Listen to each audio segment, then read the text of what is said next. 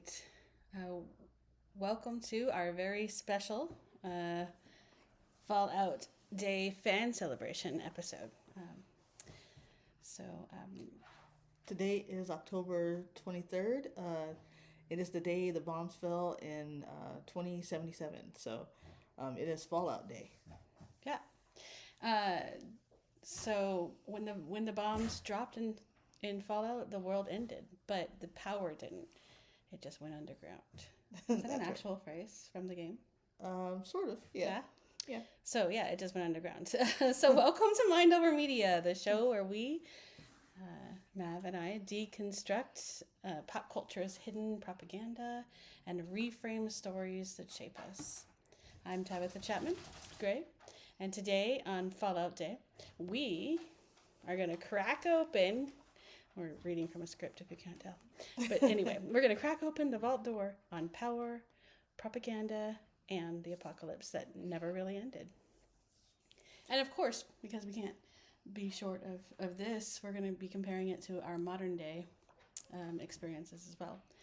And we don't know what's wrong with our beagle. She's just beagling.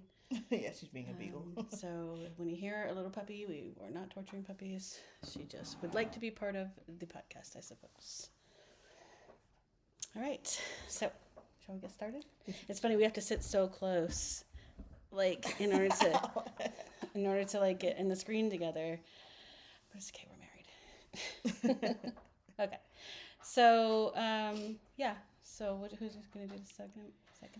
So in Fallout, if you guys have played the game, I've played the game since it first came out eons ago. I'm aging myself here, but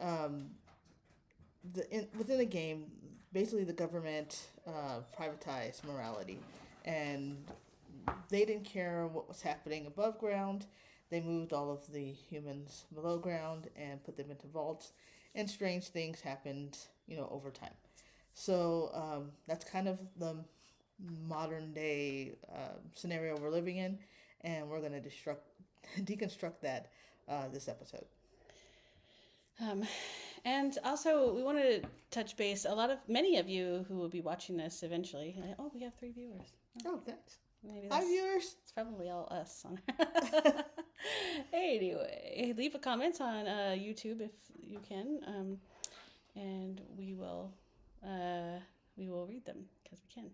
Anyway, so Fallout. Many of you probably have come because you've watched the new TV series. Yeah. And you haven't played the game. But we highly recommend that you play at least one of the games. I'm into Fallout 76, and we'll talk about this later. And I'm a huge fan of Fallout 4. That's well, I wouldn't say it's the best, but it's the best for me. And, of course, Fallout New Vegas. Those are 2 of the games within the franchise that many, many people love. I didn't get into 76, but my wife did, so she'll speak to that.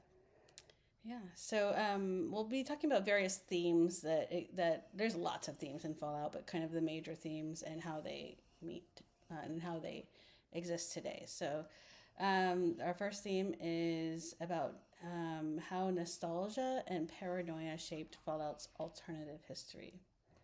So if you recall in Fallout 4, there's the government agent in the little... what are those hats called? The little hat, like my lo-fi hat. Anyway, the guy in the fedora. Oh, fedora. The fedora. He is walking around and knocking on doors and saying, hey, take this test. And so he kind of seems sneaky and evil, and you don't really know what's going on. But once he gets a tally of the people with the best skills, he tells them, you're going to go to this location, stand at this place, and when the gates open, you will be taken to a place where your skills will be utilized. And before he can get all that out, the bombs drop and people are running to the vault to be saved. And so that, sets the tone for paranoia, fear, do as you're told, quickly utilize your skills so that you can be saved. Yeah.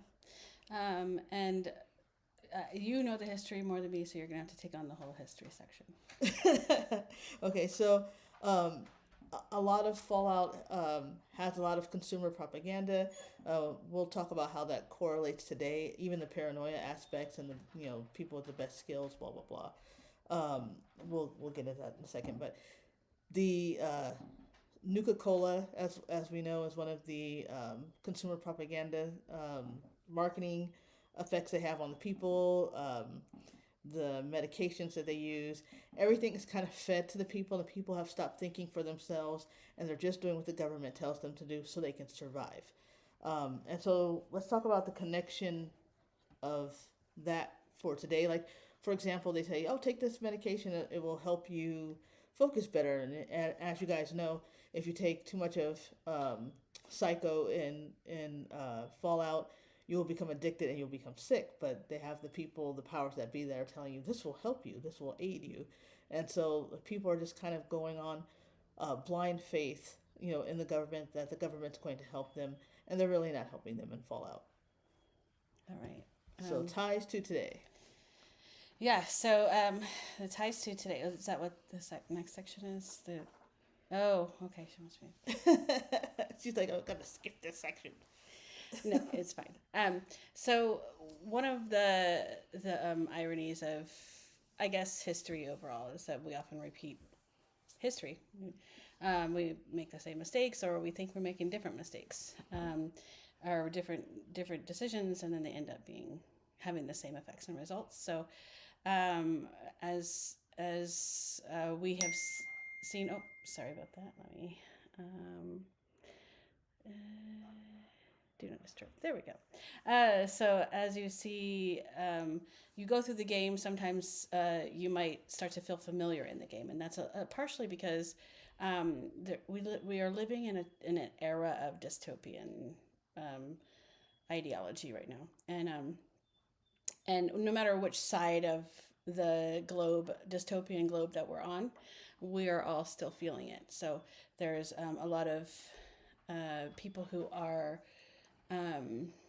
There's a lot of people who are disenchanted and disenfranchised with the way things are being done and the way things are being ran.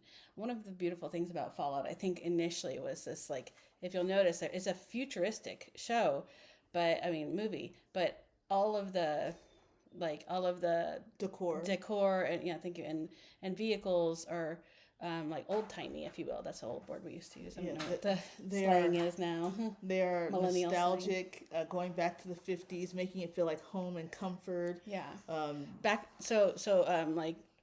Making the United States great again. So back in the times when things were great. So they all started investing in kind of retro, what we would call like retro things. So the cars went back retro looking, everything went like simplistic. They wanted to go back to simpler times, essentially.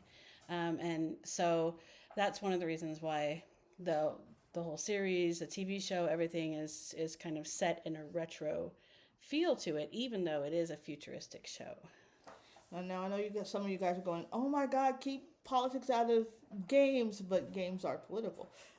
Just by their very nature, whatever they're trying to convey. So Fallout is a game that, from start to end, is talking about politics and government and we the people, and what we're going to do when government kind of puts the billionaires above the common folk. It turned into some areas in the game turn into kind of the Wild West, where it's just outlaws taking over. Other areas, like within the city, the Capital Wasteland, you have all sorts of factions that are coming at you, the player, whatever faction you're playing as, that are coming at you for your resources.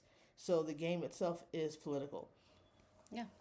And in one interesting concept in Fallout, and I think probably in many post-apocalyptic kind of genres, is that people that survived start to form factions and like strong factions. So we have the factions of the Brotherhood of Steel. They sort of started to go into that in the TV series. We have the faction of the ghouls. So while they're more lone people, they still understand each other and even help each other out. And we have the factions. What else? You have the vault dwellers. The vault Those dwellers. are the common folk. The people that kind of towed the line. They did what they were told. They put on their vault uniforms, and each vault was its own experiment. Well, I don't, each vault had its own thing that it did. I don't want to give anything away. You had those factions. You had the factions of the people that disobeyed government and they stayed out and they got nuclear fallout on them. And those are your super mutants, right? Your mutants. Animals that were out there also got radiated. You have the followers of Adam. Those are the people that were radiated. They kind of glow from the radiation. Yeah, we haven't seen those in the TV series yet. Yeah, not yet.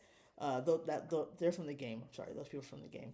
But the followers of Adam, they see the nuclear fallout as, this is a sign from their belief.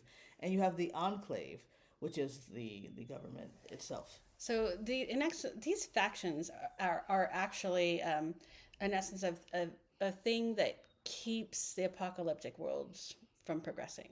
So the fighting, the constant like paranoia, the insistence on everything being the way of the group, and mostly it is for safety.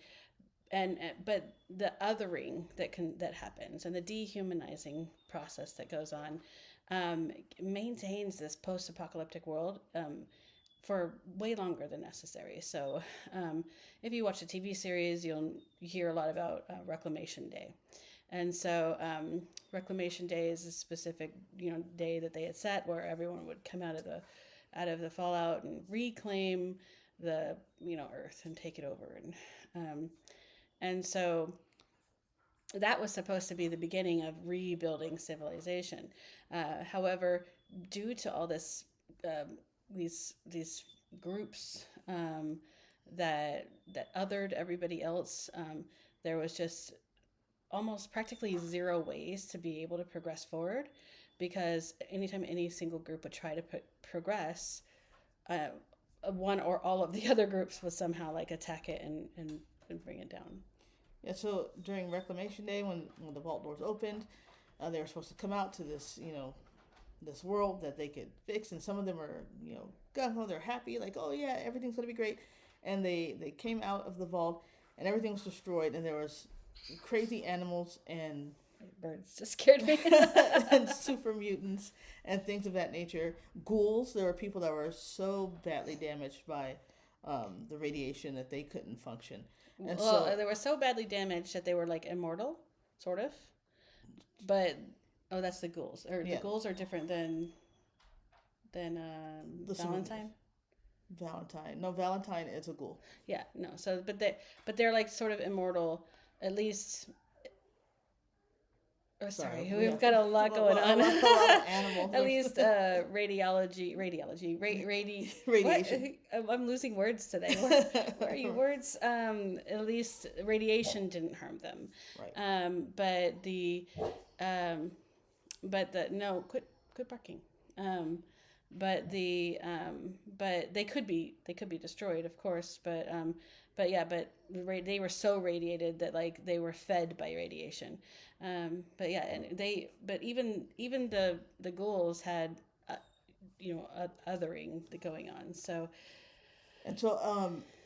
the other thing was, and they haven't showed this in the TV series, so I'm not spoiling anything, but if you played the game, Reclamation Day, as they're coming out, the Enclave is present.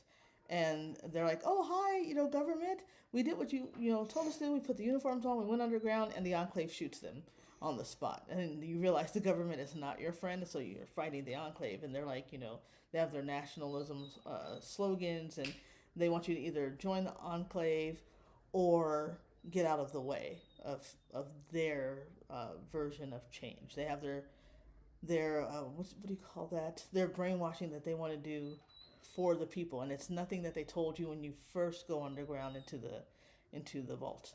Right. So there's one more thing I wanted to say up here, which is an important part about going back to the politics concept is that because of this in-group situation where the paranoia and the fear of the other group being more supreme or better, if you will, and refusing to kind of sit down together and make a plan together in the different factions.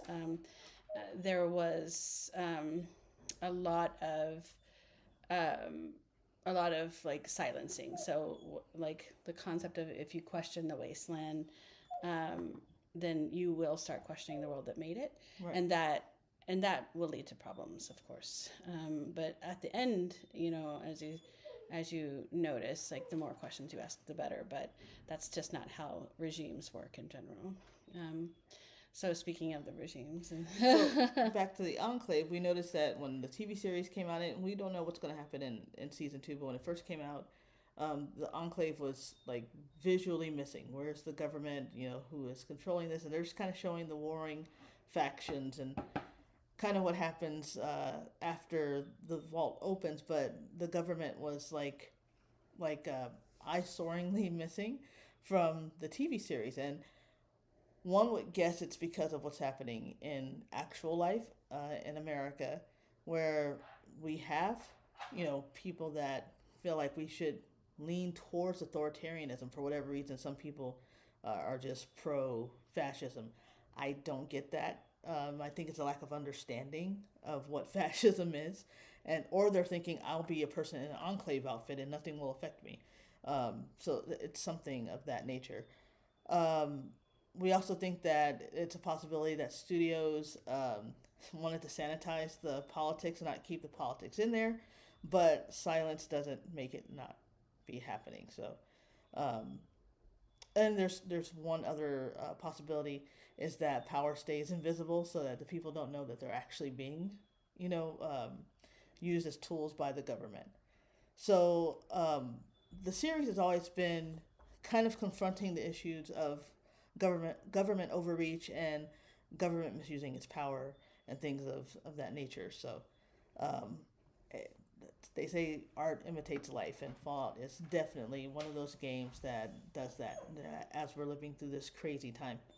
A definite piece of art that we love. So real quick question before we get into the next section, which will make me need to change my little slide here. Why do you love Fallout? I started playing Fallout eons ago, and at first it was just a game where I thought it was like a maze to figure out. Like this is just a weird puzzle to figure out. And over time, it had these themes within the game. Who do you align with? What are your beliefs? Is this okay for people to do? Should you shoot this person on sight because they are a ghoul and they're mindless? But you kind of feel sorry for them because these individuals are radiated. It's no fault of their own that this has happened to them. And so anyway, I started aligning myself with the faction, the Brotherhood of Steel, because if I could be anything, I put on a power suit and I go save people. But even that has its I don't know, its drawbacks, right? And I don't mean like in terms of the game, but I mean like in terms of ideology. So I think that Fallout resonated with me because of the world that I lived in. What factions do I belong to, and what would I do if things, went awry? So I don't know. It just resonates with me. It's how we live. Yeah. I got into Fallout because she was into Fallout. So, and one of the bigger complaints, I guess, that we've had in our 8 years together was that she watches all my shows, but I don't watch any of her shows. And so playing Fallout was a way initially for me to be able to connect with her without having to watch super scary horror films. And so, yeah, I started playing it. Now, one of the hard parts in the beginning was that our kids loved the fact that you could move, like kill something and then move it around, or like take off. I think they put a mod on where you could take off almost all of its clothes and steal its stuff and like store it. Yeah, and so she would always load it up with like God privileges and everything. And I would try my best to save my game because I'm the kind of person that I want to play it all the way through the way it's supposed to be played, and then I'll add on mods and go back and play it again. and however, every single time I just like put my controller down, suddenly it had all these god privileges, and my kids were just sitting around like moving, semi-naked bodies around. They did that with Skyrim as well. Yeah. So anyway, now they don't play it too much, but yeah, I started playing Fallout 76, which Mav doesn't like Fallout 76, and so it made me a little bit scared of Fallout 76 because I was thinking like, well, we'll explain why she didn't like it, and it will make more sense. But I was thinking that Fallout 76 was going to be like scary, but what it is a MMORPG game where there's multiple people that are playing on the same server, and I think in the beginning it used to be like an open world where there was just a bunch of people. Now at least they have it locked down to like 8 to 20 people on the same server. And you can also have private servers so that you can just play with you and your friends, and that's really been nice. But in the beginning, so when 76 first came out, there was a bunch of knuckleheads that got on there and they created these mods in which you can knock a person's character down, rendering their character immobile, and then jump onto the character and pretend to SA them. And I didn't know that mod existed. I was playing my game, building my house out in the woods to be able to shoot and collect resources and all this stuff. And this person came in and, knocked my character down and pretended to SA them, and then proceeded to lock them in the room. And when I complained about it, they're like, "Oh, it's just fun in games, ha ha ha." But they did ban the person, and I didn't find it funny. It wasn't ha ha ha for me. I was very disturbed by it, and it made me not play the game.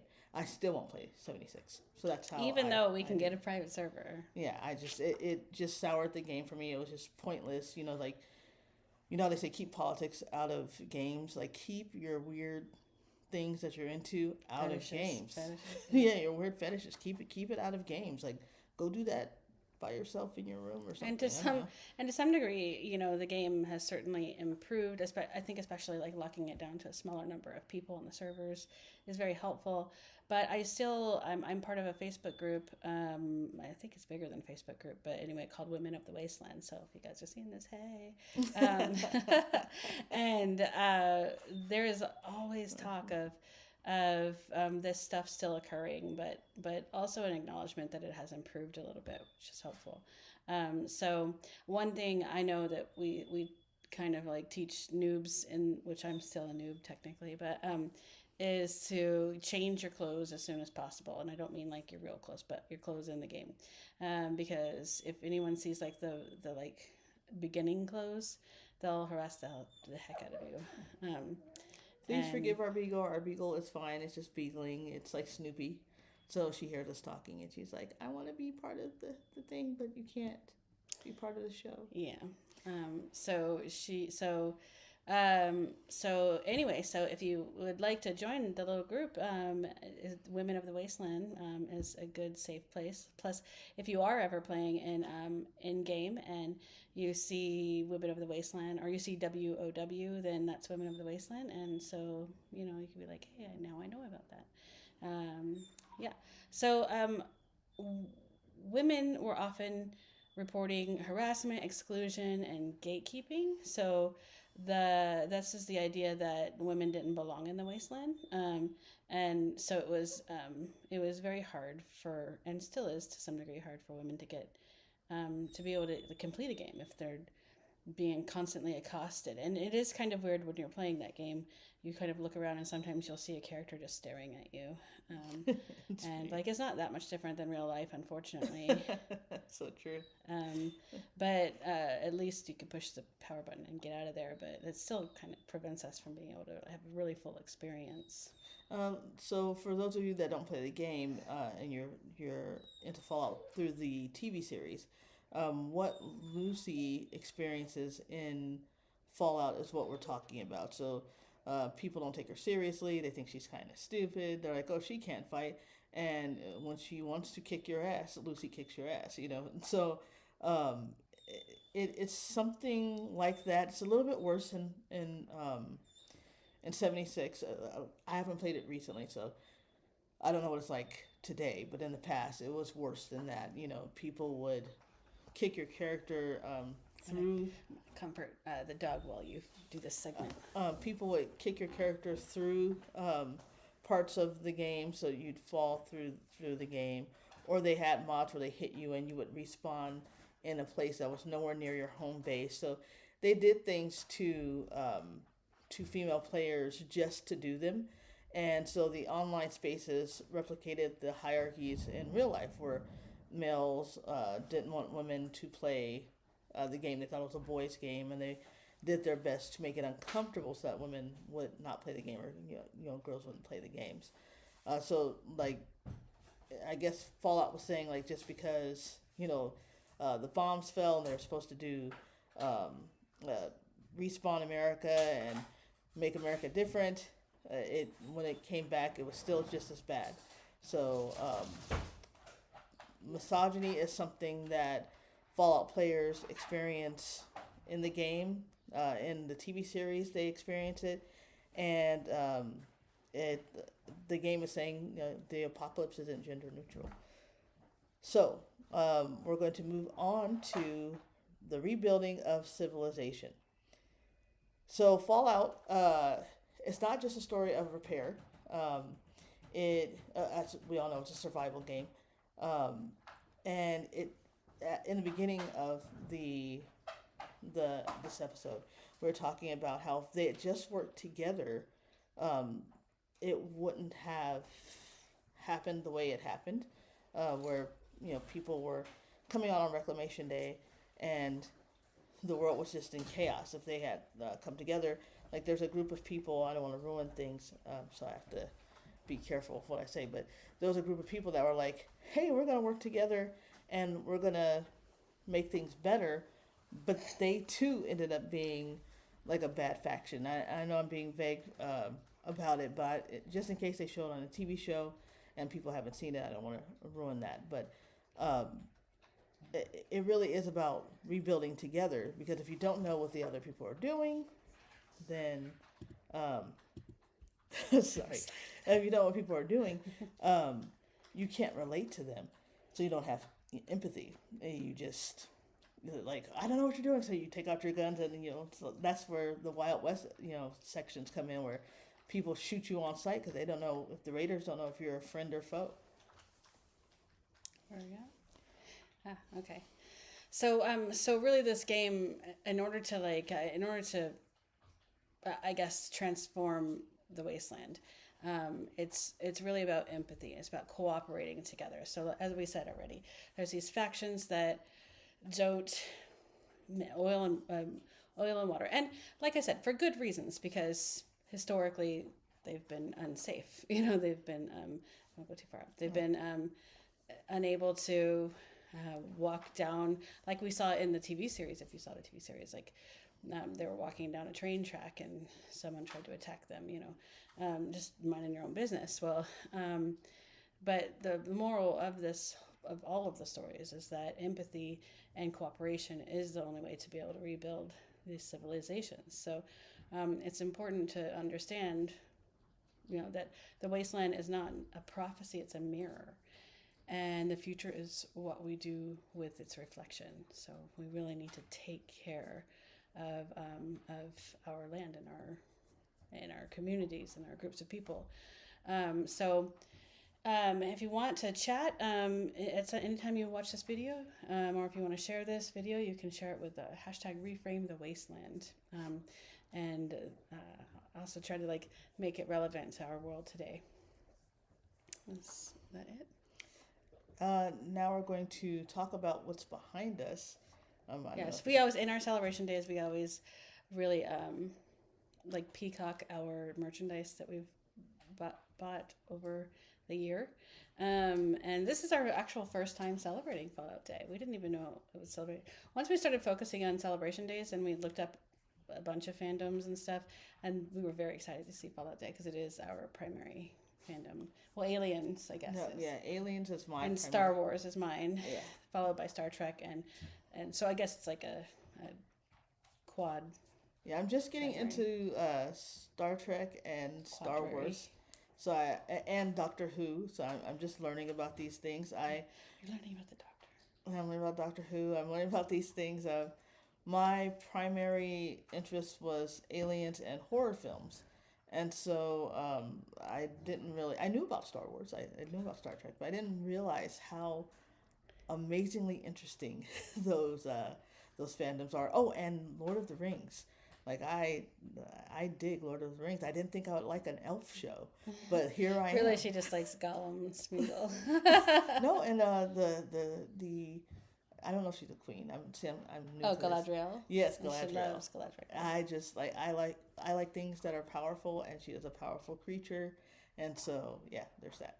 Yeah. But I am getting into these new fandoms, and some of them I'm getting into just to make people angry. Like when I heard that Discovery from Star Trek, people are like, "That's an afterthought." I'm like, "That's the thing that I'm going to talk about the most, and really crawl up under your skin and nest there with it," because I just feel like people are being extreme and weird, and I don't like it. The first time I saw people being extreme and weird with fandoms was the Acolyte, and I mean, I that's how I got into doing podcasts. I hate being on film. I hate talking um, to people. I'm kind of an introvert, but I saw this show called The Acolyte, and it was about these Jedi's that made a mistake, male and female Jedi's that made a mistake.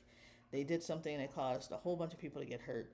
And as I'm looking around, scouring the internet, people were saying things like, "Oh, this whole movie's about patriarchy and hating men," and I'm like, "Where in the world did that storyline come from? What are you people talking about? What is going on?" And so I was gonna do a podcast. Are we watching the same show? We are going to have a segment about that eventually. Continue. Yeah, and it was so strange that people were saying that this thing was happening, and it wasn't. That's not what the show was about at all in any capacity. And so that's how I got into Star Wars, was through this this series called The Acolyte. So I'm slowly moving into different fandoms, but still my main base is aliens and horror films. And so Fallout is just a new one. There's so many people that are getting into Fallout because of the TV series, and so I'm just kind of like watching what people are gonna say, how they're gonna spin things to make it weird, and I hope they don't make Fallout weird, because Fallout isn't a weird show. They've always, for years, tackled the hard topics of government overreach, and trusting your instincts and working together as a community against powers that are trying to harm you. And so I just hope that they don't mangle Fallout. So the Fallout fandom. So anyway, we were going to be talking about the stuff behind us, and I went on a tangent. I apologize. There's always a tangent. There's always a tangent. Here, we are all. I'm just looking to make sure that I've displayed all my cool slides that I made, because I took a lot of time to make slides. Don't think we showed them all, but No. yeah, we just showed the Enclave one. It's okay. I don't think that they are. You need me to show the Enclave one? No, I don't think that we did show the Enclave one. Oh. But that one is an important one, because there's a lot of people right now that are saying that that we need fascism in America, and it's really scary to hear people say that. Like, there's a word, I know I'm not really good with the social things, but there's a word that they created, anti-fascist, Antifa, Yeah. Antifa, and it just means anti-fascist. And people are like, yeah, down with Antifa, and screw those people. I'm like, no, you don't want fascism. Antifa is not a group; it's a phrase, and they don't even know what that means, and that's terrifying. And so you can see how the Enclave in Fallout is a possibility. People joining a faction that harms others, not willingly, but because they don't know what it is. Joining it, like someone said, we need more fascism in America, and I'm like, what? Do you understand what you're saying? It's like, I want to put on the Enclave outfit and go shoot some citizens. And so that's, I think that's why they're not tackling it in the TV show, because it is a very touchy topic when you're talking about nationalism and embracing fascism. Yeah, and we also wanted to note, I know we're still going on, but we wanted to note that there's, discussion and concern that some of the things that, maybe you already talked about this, some of the things that they omitted out of the first season is possibly putting kid gloves on, right? So the United States, like Japan, is known to discuss their, and she knows more about this, but to discuss their social issues kind of without kid gloves in movies. They can't discuss them outright, or at least back then they couldn't discuss them outright. But they made movies that would sort of symbolically discuss these concepts. And the United States has not been known to put on grown-up gloves and tackle these issues head on in movies like Japan did. So are they just putting on kid gloves and placating people or to like prevent them from feeling scared? Because Fallout is essentially a mirror for us to see how our world is going. Just like we kind of like look at The Handmaid's Tale as a mirror at times. And so are they omitting some of these things just to prevent us from feeling too much? Yeah. Feeling too from facing things that we're not really ready to face. And by we, I don't mean us. I mean like the people who are just not ready to face that some of the choices that they have made in life is bringing us closer and closer to this sort of fallout.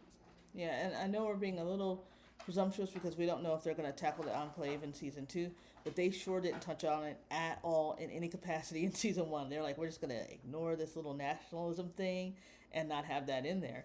But it is what is going on in America today. And so I wish they would take the kid gloves off and just like, whack people over the head with it. Like, here, this is what you're saying that we should do. And we absolutely shouldn't do that. Yeah.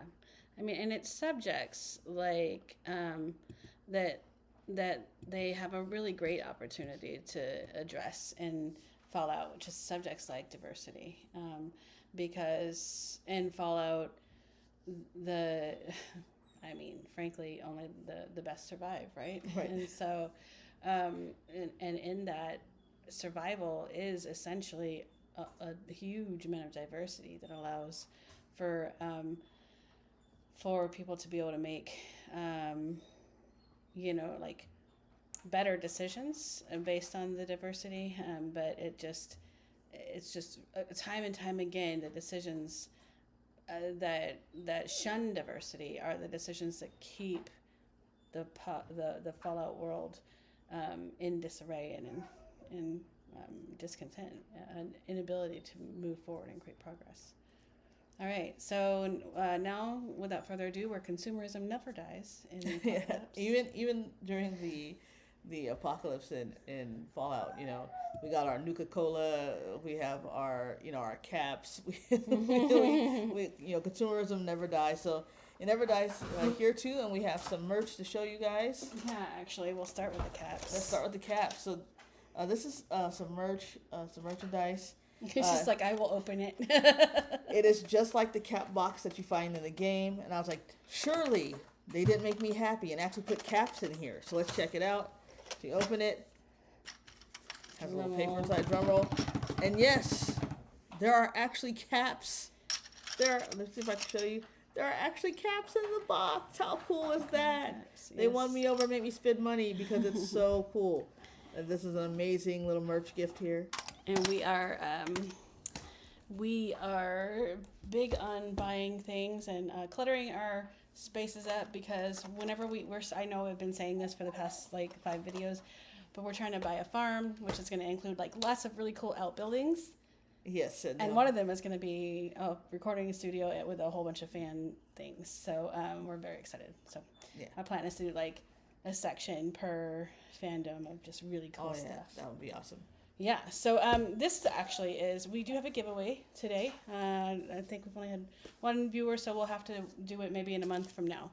But if you subscribe to our channel on YouTube, which is Mind Over Media, I believe. And let me just double check this. mindovermedia.productions, that's our channel on YouTube. So go to our YouTube and subscribe, and in exactly a month from now, we will give this away. So how we're going to do that is putting all the names of our subscribers or whatever we can get into some sort of a drawing process. I'm sure that there's probably like apps or tools out there that do this. Anyone who's interacted, like, share, subscribe, and we will pick a winner. Now this is a Nuka-Cola Fallout Journal. This particular one is going to go to one of our children who asked for it today, but I'm going to buy another one and and give it away as a freebie because the child is younger and he cannot wait. So that's our giveaway. So once again, in order to get this, like, subscribe, comment, share, whatever you need to interact, and we'll find some special app that can draw a name randomly and we will give it away. There's that's the only one that we have today because we're brand new and we're not making any money from this channel. All right, I can't reach all of these things, but so I used to own a jacket that said Vault 111. That was the vault that I liked the most. I will let you players play Vault 111 and you'll figure out why Mav likes it, but I have my own merch here. I have a key to the vault. It's really not a key to the vault, but I like to pretend it's a key to the vault. It's really a key to my quad, but I like to pretend like it's a key to the vault. So that's really cool Fallout merch. And then you can see. Did you say you got that made or? No. This is yeah. Okay. This is Fallout merch. And what game is 111 in? It is in 4. Fallout 4. Okay. Yeah. All right. Here we go. And in order to get caps, you should have a bottle opener. So you could have your caps. This is also just nostalgic and cool and from the game. So I like I said, I love stuff like this. That's great. All right. Speaking of games, this is Fallout, the board game. It's a role-playing game. So that's Vault 95. This is the starter kit that you can get. And these are this is a perk pack. So you can have extra perk cards to play the game. So I love that. These are figures that you can get. These are little plastic figures. You got the Enclave in there, Vault Boy, Vault Dwellers, Brotherhood of Steel. There's a little robot. I forget his name now, but he's also in there. He's like the 50s robot that's like, hello, my people. Yeah, Wesley. I forget his name, but they have the little robot in there. And so these are little figurines that like little plastic army men that you can get that are Fallout related. And I just got approved to be an Amazon influencer. So as soon as I get a chance to, maybe tonight or tomorrow, I'm going to wrap all this up into a cool little Amazon influencer store and put the link in the YouTube for you guys to purchase. Now, my plan was to be busy in the kitchen today cooking, but it didn't work out quite that way. But yes, that's the next thing. Yes, there is a rad roach recipe in here. So this is great stuff. It's the official cookbook. I love it. It's got Blanco macaroni and cheese in it. This is great. And again, this is going to be part of our decor for our new outbuilding in our farm. So this fanware is the Vault Boy. He's a litho print. He's one of this is like one of the favorites that people have. So yeah, that's that. And of course, Vault Boy himself. You gotta love him. He's just the best. I love him. And one of Amber's old-timey favorite games to play was Magic the Gathering. And so she has, we have this, there's multiple different commander packs that we can get. And hopefully we'll be able to get the other ones. But for now, we got the Doctor and Dog Meat. Yeah, and Dog Meat. So we got those, and they're not open because we don't have anyone to play with. But we think eventually we'll be able to have people to play with.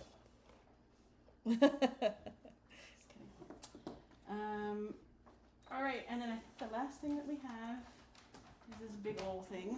It's full of collectibles. I'm not going to take them out. No. But you see Lucy and I forget the Maximus, of course the Ghoul and Vault Boy. I don't know if I can see if I can do that. Yeah. And this is just a great little collector's kit. It is from McFarlane Toys. Show you the back, because the back is really cool. So that is some really cool Fallout merch. I love this. My wife gave this to me as a gift, and I just about cried when I saw it because it's so damn cool. And I think everybody who's a Fallout fan should definitely have this McFarlane kit.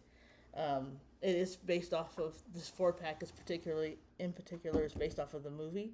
It's not based off of the game so much, but Vault 33 from the TV series. And this is a limited edition. Only 10,000 pieces were made. So, yeah. And I have one of them. Mm-hmm. So this is not all of our merch. Mav has been a fan of Fallout for decades. Yeah. And so I've been buying her merch for gifts, and she's been buying her own merch for years. But this is just the stuff that we've gotten since maybe Christmas, and then as we learned that there's a Fallout Day, we started collecting things too. So we do not have anywhere near the stuff as Mrs. Fallout, who's our favorite. Oh my God, Miss Fallout is amazing. The stuff that Miss Fallout has from like Nuka-Cola machines, actual. And she makes Nuka-Cola. a lot of stuff. She makes the food in the cookbook. Like it's just she has one of the Pip Boys that were first made like maybe two or 3 years ago. She has one of those that they don't have anymore. So she has all sorts of cool, amazing Fallout merch. Yeah. You should follow her. Follow her, Mrs. Fallout. Miss Fallout. She even made she took a like an EpiPen case, and she made a really cool Stimpack case. Yeah. So it was she's brilliant. Yeah. Brilliant. So yeah, with that, I think feel free to chat and ask, give us your opinions about everything we've talked about in the chat. Moving forward, we'll probably make some little snippets and stuff to post, and we really appreciate you watching and subscribe, because we have 0 subscribers. This is a new channel for us, and our kids are doing better on their channel than we are. So Exactly. we're in like a race now. So yeah. Let's help our kids to know that we can too be YouTubers in our old age. And just know that sometimes when we do our shows and stuff like that, we're gonna say things that are gonna make people upset. That's the idea. And I don't care about hurting feelings, especially if you say weird things that just aren't happening. Like the Acolyte is about hating men. Like, I'm just gonna tell you you're wrong and that's stupid. Yeah, she's going to say things that'll make you mad. Yeah. I'll remind you that there's resources out there to get support, like Warm Lions and 988 and things like that. 988 is still out there and hasn't been removed yet, so hopefully it will stay going. But yeah, so I think we have an outro song, and after that we're... Oh, and just expect the Beagle to beagle. She's going to beagle. All right, everyone. Thank you for watching Fallout Day. We appreciate it. Okay, bye.